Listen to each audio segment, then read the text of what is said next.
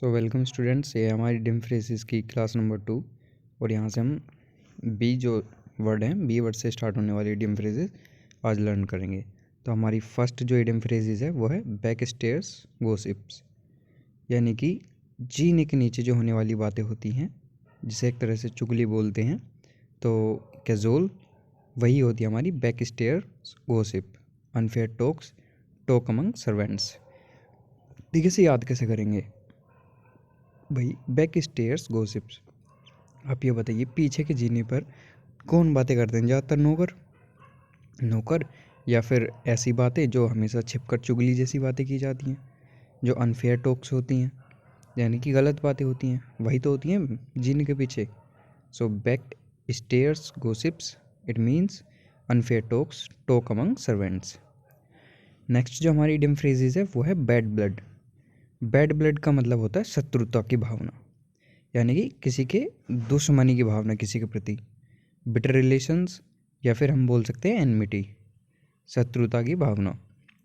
अपने रिश्तों में शत्रुता की भावना हो जाना, उसी को डिस्क्राइब करता है हमारा इडियम फ्रेज बैड ब्लड।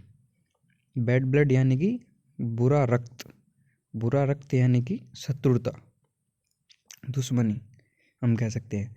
तो नेक्स्ट है हमारी back and baggage. Bag and baggage का मतलब होता है कम्प्लीटली, पूरी तरह से, विद ऑल बिलोंगिंग्स, यानी कि अपनी सभी चीज़ों को बोरे बिस्तर समेट के हम इसे बोल सकते हैं।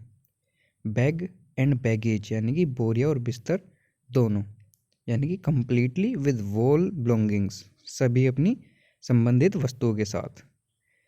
नेक्स्ट हमारा बेकर्स डजन। नेक्स्ट हमारा बेकर्स डजन। देखिए एक डज़न, एक दर्जन जो होता है वो संख्या में होता है 12, पर जो हमारे बेकर्स होते हैं, ये पाव रोटी बनाने वाले जो होते थे, बेकर्स डज़न, इनका डज़न होता था संख्या में 13, यानी कि इनका डज़न। बेकर्स डज़न को हम याद करेंगे, यानी कि संख्या में 13। बेकर का जो डज़न होता है, यानी कि पाव रोटी बनाने वाले जो होते हैं, उनका एक दर्जन होता है 13 में, उनमें एक ज़्यादा होता है नॉर्मल दर्जन से, 12 से एक ज़्यादा। नेक्स्ट हमारी इडियम फ्रेजेज है be born with silver spoon in mouth.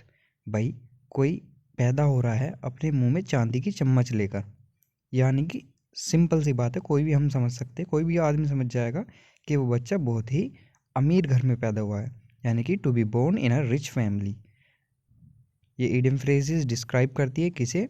जब कोई बच्चा किसी अमीर घर में पैदा होता है। Be born with silver spoon in mouth, यानी कि मुंह में चांदी की चम्मच लेकर पैदा होना। नेक्स्ट चलेंगे। नेक्स्ट है हमारी idiom phrases be in the driving seat. इसका मतलब होता है बियरिंग ऑल रिस्पॉन्सिबिलिटीज़।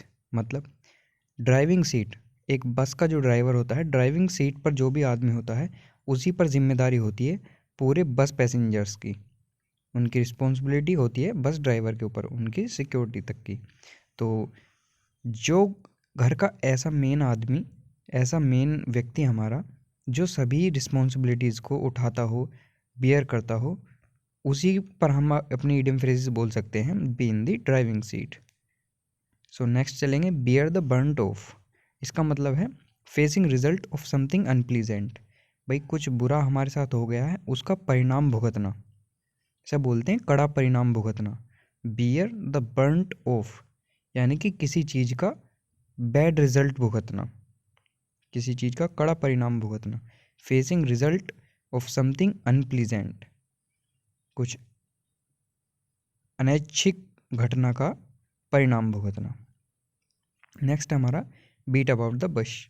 तो ये होता है टॉक इनडायरेक्टली, यानी कि घुमा फिरा कर बातें करना, पॉइंट टू पॉइंट बातें ना करना, बातों को इधर उधर घुमाना, उसे बोला जाता है beat about the bush. Next हमारा बीट होलो। इसका मतलब है to defeat thoroughly and convincingly, यानी कि किसी को बहुत ही बुरी तरह से हरा देना और बहुत ही आसानी से हरा देना। किसी भी व्यक्ति को बहुत ही बुरी तरह से हरा देना और बहुत ही आसानी से हरा देना, वही होता है हमारा बीट होलो।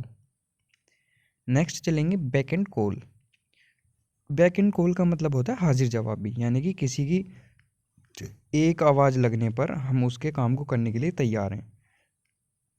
जैसे हमारे कुछ दोस्त होते हैं कि उन्हें समस्या पर ज़रूरत है तो उनकी एक आवाज़ तक हम उनकी हाजिर जवाबी के लिए तैयार हों।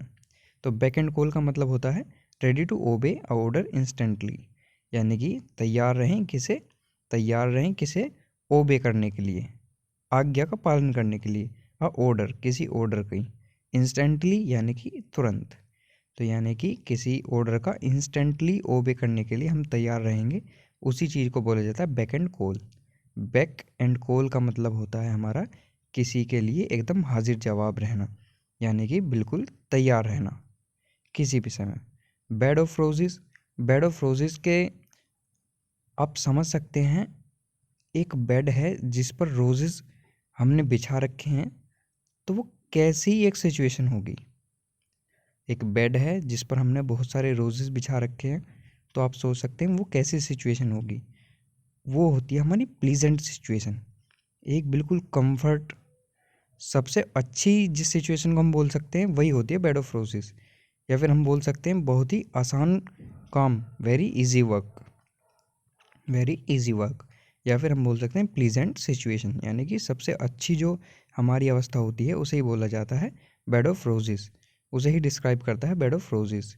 एंड बेड ऑफ थ्रोन्स क्या है? सपोज कीजिए कि एक बेड पर कांटे ही कांटे बिछे हैं, उसे ही बोला जाता है बेड ऑफ थ्रोन्स, यानी कि एक्सट्रीमली डिफ़िकल्ट सिचुएशन। जब आप बहुत ही ज़्यादा दुविधापूर्ण स्थिति में हो, तो वहाँ पर हमें ये जो अपना इडियम फ्रेज है इसे यूज़ कर सकते हैं बेड ऑफ थ्रोन्स को। यानी कि एक बेड है, बेड पर क्या बिछे हैं? थ्रोन्स यानी कि कांटे। तो एक्सट्रीमली डिफ़िकल्ट सिचुएशन। नेक्स्ट हमारा बेगर्स डिस्क्रिप्शन। आपने देखा होगा भाई, जो भिखारी होते हैं ये कैसे होते हैं कि इनका कोई भी सहारा नहीं रहता। A person with no resource, एक ऐसा आदमी जिसका कोई भी रिसोर्स, कोई भी स्रोत बच ना गया हो, शेष ना बचा हो, जिसका मतलब कोई भी नहीं है, उसे बोला जाता है बेगर्स डिस्क्रिप्शन। नेक्स्ट है हमारी bell the cat. Bell the cat का मतलब होता है जोखिम उठाना। बेल द कैट का मतलब जोखिम उठाना, यानी कि अगर हम किसी, जैसे होते हैं ना छोटे बच्चे, बड़े बड़े घर होते हैं और किसी पुलिस अधिकारी के घर की बेल बजाकर एकदम से भागते हैं, तो उस तरीके से इसे याद करेंगे बेल द कैट, यानी कि घंटी आप अगर बजाओगे तो वो क्या करोगे? जोखिम उठाओगे। इसका मतलब है taking first step at personal risk, यानी कि अपने स्वयं के रिस्क पर पहला कदम उठाना। अपने स्वयं के रिस्क पर पहला कदम उठाना, ये होता है हमारा बेल द कैट। नेक्स्ट चलेंगे। नेक्स्ट हमारी इडियम फ्रेजेस है between the devil and deep sea. Between the devil and deep sea. अब आपको पता है गहरा समुद्र भी खतरनाक होता है और हमारा डेविल भी खतरनाक होता है, तो दोनों ओर समस्या ही समस्या। तो बिटवीन टू डिफ़िकल्ट सिचुएशन, दो कठिन परिस्थितियों के बीच होने को बोलते हैं between the devil and deep sea. Next हमारा इडियम फ्रेज है बिग गन। बिग गन का मतलब होता है इन्फ्लुएंशियल पर्सन, यानी कि एक बहुत ही चर्चित व्यक्ति हमारा। बिग गन से आप समझ सकते हैं, आपने अपने आसपास सुना होगा कि चलो भाई देख लेंगे तुझे, तू कितनी बड़ी तोप है, यानी कि तू कितनी बड़ी बंदूक है। इसका मतलब है कि आप कितने इन्फ्लुएंशियल पर्सन हो।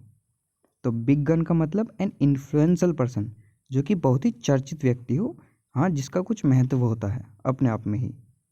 तो बिग गन यानी कि बड़ी बंदूक, कोई कितनी बड़ी तोप, उसका मतलब होता है एन इन्फ्लुएंशियल पर्सन, कि आप कितने चर्चित व्यक्ति हो। नेक्स्ट चलेंगे हम bird of passage. Bird of passage, देखिए ऐसा व्यक्ति जो कभी कभार आता हो, जो कभी कभार उसका आना होता है, साल में एक दो बार आ गया, ओकेजनली आ गया, उसे बोला जाता है बर्ड ऑफ पैसेज, जो कभी कभी आए, बर्ड ऑफ पैसेज। ठीक है। अच्छा, अब नेक्स्ट हमारी इडियम फ्रेज है बर्ड्स आई व्यू। चिड़िया की आंख से देखना। चिड़िया की आंख से देखना, इसका मतलब सरसरी निगाह से ऊपर ऊपर से देख लेना किसी चीज़ को, यानी कि किसी चीज़ का ओवरव्यू। ओवरव्यू को ही बोला जाता है बर्ड्स आई व्यू, यानी कि पक्षी की आंख का नज़ारा।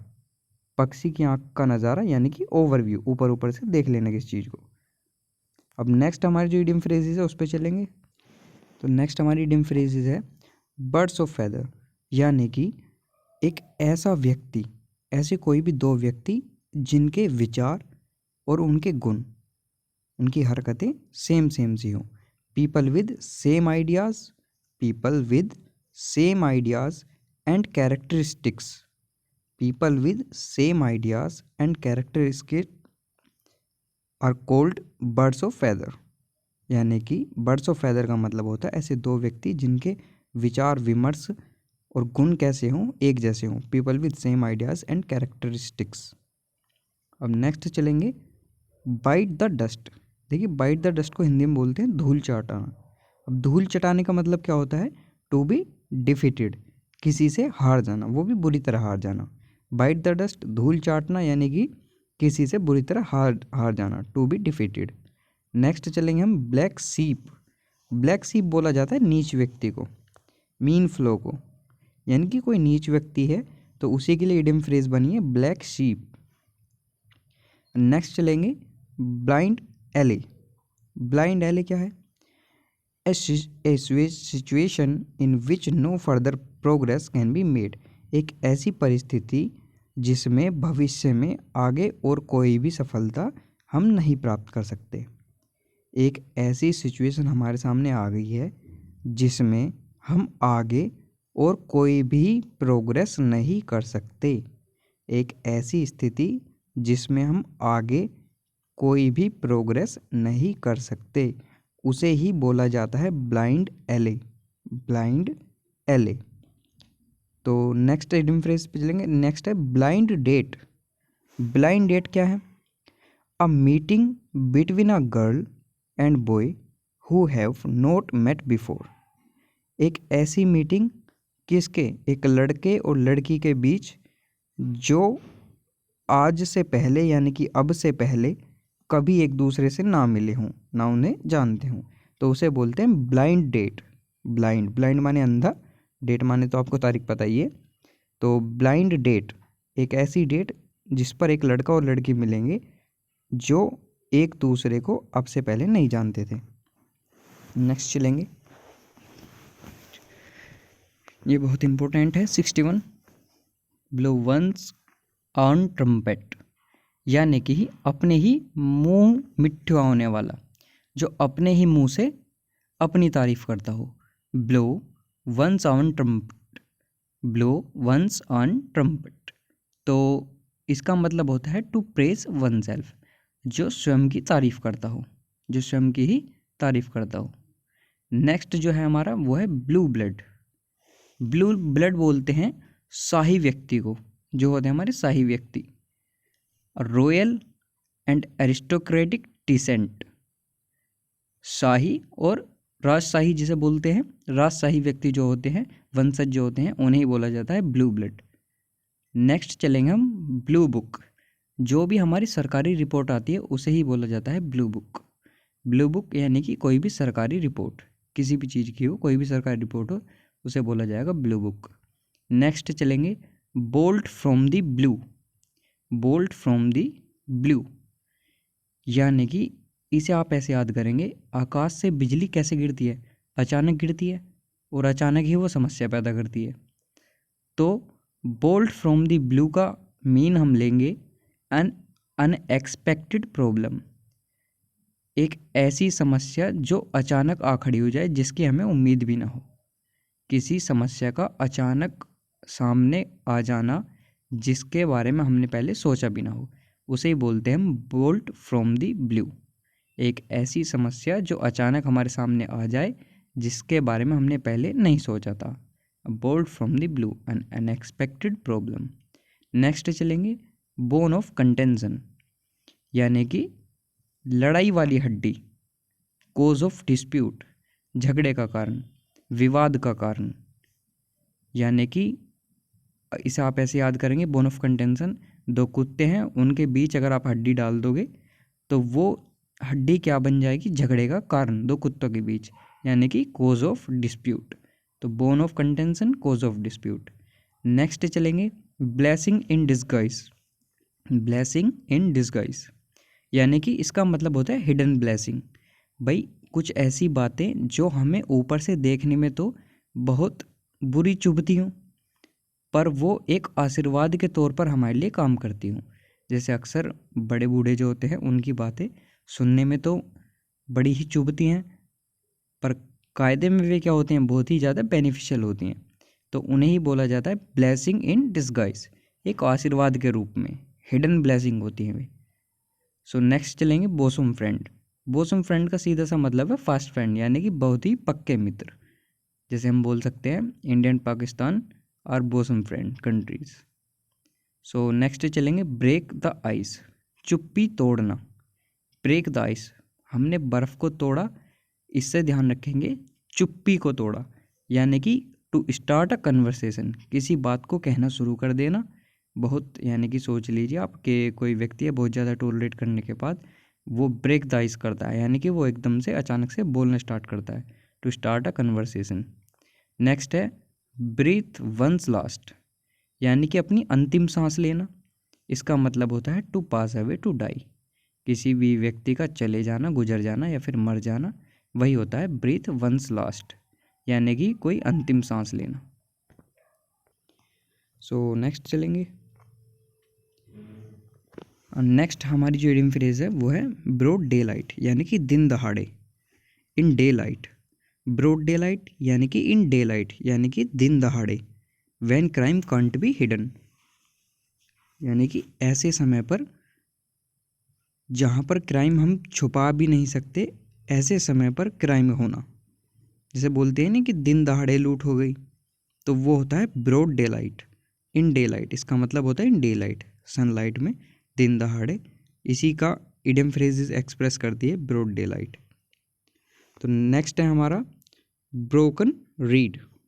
ब्रोकन रीड का मतलब क्या है, a week and unreliable person, एक ऐसा आदमी जो कि कमज़ोर है और जिस पे हम भरोसा नहीं कर सकते। एक ऐसा व्यक्ति जो कि कमज़ोर हो और उस पर हम भरोसा नहीं कर सकते, किसी भी रिस्पॉन्सिबिलिटी को हम उस पर नहीं दे सकते, उसे ही बोला जाता है ब्रोकन रीड। ब्रोकन रीड, कैसी रीड, ब्रोकन यानी कि टूटी हुई रीड, इसे बोलते हैं वीक एंड अनरिलायबल पर्सन, एक ऐसा व्यक्ति जिस पर भरोसा ना किया जा सके, ब्रोकन रीड। नेक्स्ट हमारा ब्राउन स्टडी। ब्राउन स्टडी का मतलब होता है किसी चीज़ पर गहन अध्ययन करना, यानी कि बहुत ज़्यादा सोचना, उस पर बहुत ज़्यादा विचार विमर्श करना। टू पोंडर और मेडिटेट, टू पोंडर और मेडिटेट यानी कि उस पर गहन अध्ययन करना, उस पर गहन विचार करना, इसे बोलते हैं टू पोंडर और मेडिटेट। नेक्स्ट है bull in a china soap. Bull in a china soap, अब इसे ऐसे याद रखेंगे, एक चाइना सोप थी जिसके अंदर एक बुल घुस गया, तो वो क्या करेगा, अब अंदर करेगा तोड़ फोड़। वो क्या करेगा, अंदर तोड़ फोड़, यानी कि डेस्ट्रॉयर, या फिर हम बोल सकते हैं wrong person according to place, यानी कि किसी सही स्थान पर गलत आदमी का आ जाना, उसे भी हम क्या बोलेंगे, bull in a china soap. एक बुल कहाँ आ गया, एक चाइना सोप में, जिसका मतलब है wrong person according to place, यानी कि सही जगह पर गलत आदमी का आ जाना, या फिर हम बोल सकते हैं एक विध्वंसकारी का आ जाना, डेस्ट्रॉयर का आ जाना, वही होता है bull in a china shop. Next है burn a hole in the pocket. अपनी पॉकेट में एक होल बर्न करना, यानी कि पॉकेट में होल हो जाना, यानी कि पैसे कैसे निकलेंगे, जल्दी जल्दी निकलेंगे उससे पॉकेट से, तो इसी का मतलब होता है money spent quickly. Money spent quickly, जब पैसा बहुत जल्दी जल्दी हमारा व्यर्थ होता है, व्यर्थ जो फिजूल खर्ची होती है, उसी के लिए बनी है burn a hole in the pocket. Next हम मीडियम फ्रेज पे चलेंगे, burn one's finger. Burn one's finger, अपनी ही उंगलियों को जला लेना, अपनी ही उंगलियों को जला लेना। बर्न का मतलब जलाना, वंस मतलब किसी की भी, वंस यानी कि समवंस हो सकता है, मेरी खुद की हो सकती है, फिंगर यानी कि स्वयं की उंगलियों को जलाना, यानी कि to get oneself into trouble, अपने आप को समस्या या फिर मुसीबत में डाल देना, समस्या या फिर मुसीबत में डाल देना। To burn one's finger, to get oneself into trouble, स्वयं को समस्या में डाल देना। Burn the candle at both ends. Next है burn the candle at both ends. तो आप ये सोचिए आपके पास एक कैंडल है और आपने उसे दोनों तरफ से जला दिया है, यानी कि इस तरफ से भी बत्ती निकाली, इस तरफ से भी बत्ती निकाली, और दोनों तरफ से जलाकर रख दिया है। इसका मतलब है आपके पास रिसोर्स जो स्रोत हैं वो तो कम है, पर उन्हें हम यूज़ कैसे कर रहे हैं, बहुत ही ज़्यादा लेवल पर, बहुत ही ज़्यादा लेवल पर। यानी कि एक मोमबत्ती को हम दोनों साइड से जला रहे हैं तो वो लाइट तो हमें बहुत ज़्यादा देगी, उसका यूज़ तो हम बहुत ज़्यादा कर रहे हैं, पर रिसोर्स कैसे हैं, कम। To use one's resources to excess, यानी कि कोई भी ऐसा व्यक्ति जो कि अपने रिसोर्स का बहुत ही ज़्यादा एक्सेस लिमिट पर क्या करता हो, यूज़ करता हो। नेक्स्ट है burn the midnight oil. Burn the midnight oil यानी कि देर रात तक मेहनत करना या फिर देर रात तक पढ़ाई करना, उसे ही बोला जाता है burn the midnight oil. Labouring या फिर studying till late night, late night तक पढ़ना या फिर बहुत ज़्यादा मेहनत करना, उसे ही बोला जाता है burn the midnight oil. Next है बर्निंग क्वेश्चन। बर्निंग क्वेश्चन का मतलब होता है हॉट इशू, एक ऐसा मुद्दा जिसके बारे में सबको पता हो, उसे ही बोला जाता है burning question. Burning question means hot issue, यानी कि ऐसा मुद्दा जो कि अभी तड़कता भड़कता है।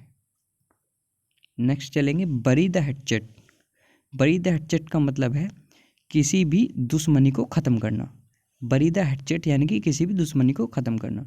To end a hostility, to end a hostility, enmity और बिटरनेस, यानी कि कोई भी पुराना विवाद को ख़त्म करना। बरी मतलब अब इसे ऐसे याद करेंगे, बरी कर दिया, हमने किसी को जला दिया, हमने एक हैचेट को जला दिया, यानी कि टू एंड अ हॉस्टिलिटी, कि हमने किसी पुरानी दुश्मनी को जला दिया, बरी कर दिया या फिर दफना दिया। बरी द हैचेट यानी कि to end a hostility, enmity, bitterness. Next चलेंगे बाय फिट्स एंड स्टार्ट्स। तो इसका मतलब होता है नोट रेगुलरली, इर्रेगुलरली, यानी कि नियमित तौर से ना चलना। कभी पढ़ लिए, कभी नहीं पढ़े, कभी फिट हुए पढ़ने के लिए, कभी स्टार्ट करा, यानी कि नोट रेगुलरली। एक क्रमबद्ध तरीके से पढ़ाई ना करना या फिर एक क्रमबद्ध तरीके से काम ना करना, कभी कभार काम करना, डेली काम ना करना, इसे ही बोला जाता है बाय फिट्स एंड स्टार्ट्स। कभी फिट हुए फिर कभी स्टार्ट करा। तो नेक्स्ट है बाय हुक और बाय क्रुक। बाय हुक और बाय क्रुक, इसका मतलब है to do something anyhow, in any way, यानी कि किसी भी काम को कैसे भी कर देना, बस काम करना है, कोई मायने नहीं रखता कि वो रास्ता काम करने के लिए सही है या गलत है। तो do something any how, right और रॉन्ग, किसी भी काम को करने के लिए कोई भी तरीका अपनाना, यानी कि काम को करने का रास्ता सही हो या गलत हो, उस चीज़ से कोई मतलब नहीं है, बस काम करना है। बाय हुक और बाय क्रुक। नेक्स्ट चलेंगे by leaps and bounds. By leaps and bounds का मतलब होता है एट अ रैपिड पेस, यानी कि बहुत तेज़ी से, वेरी रैपिडली, बहुत तेज़ी से अगर कोई काम हो रहा है तो उसे बोलते हैं by leaps and bounds. Next चलेंगे by the skin of one's teeth, यानी कि अपने दांत की जो स्किन होती है उसके बराबर बचना, यानी कि नैरोली स्केप। इसका मतलब होता है किसी चीज़ से बाल बाल बचना। By the skin of one's teeth, आपने दांत की स्किन देखी होगी कितनी पतली सी होती है, यानी कि इतनी सी दूरी पर बचना, इसे बोलते हैं नैरोली स्केप, यानी कि बहुत ही ज़्यादा बाल बाल बचना, बहुत ही नाजुक से तौर पर बच जाना, बचने की उम्मीद नहीं थे पर बच गए। तो यही होता है by the skin of one's teeth. And by a whisker, दोनों का सेम मीनिंग है, बाय अ हेयर ब्रेड्थ, यानी कि एक बाल की मोटाई बराबर बच जाना, यानी कि बहुत ही नाजुक तौर पर बचना, बचने की उम्मीद थी नहीं पर बच गए, इस चीज़ से बोलते हैं बाल बाल बचे।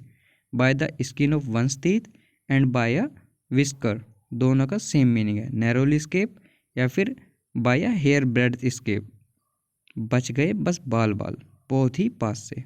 तो ये थे आज के इडियम फ्रेजेस, इन्हें याद करें, नोट्स बनाएं इनके अच्छे से, और इनके बाद कल करेंगे सी वर्ड से स्टार्ट होने वाली इडियम एंड फ्रेजेस। तो thank you very much, like करें, शेयर करें एंड सब्सक्राइब करें।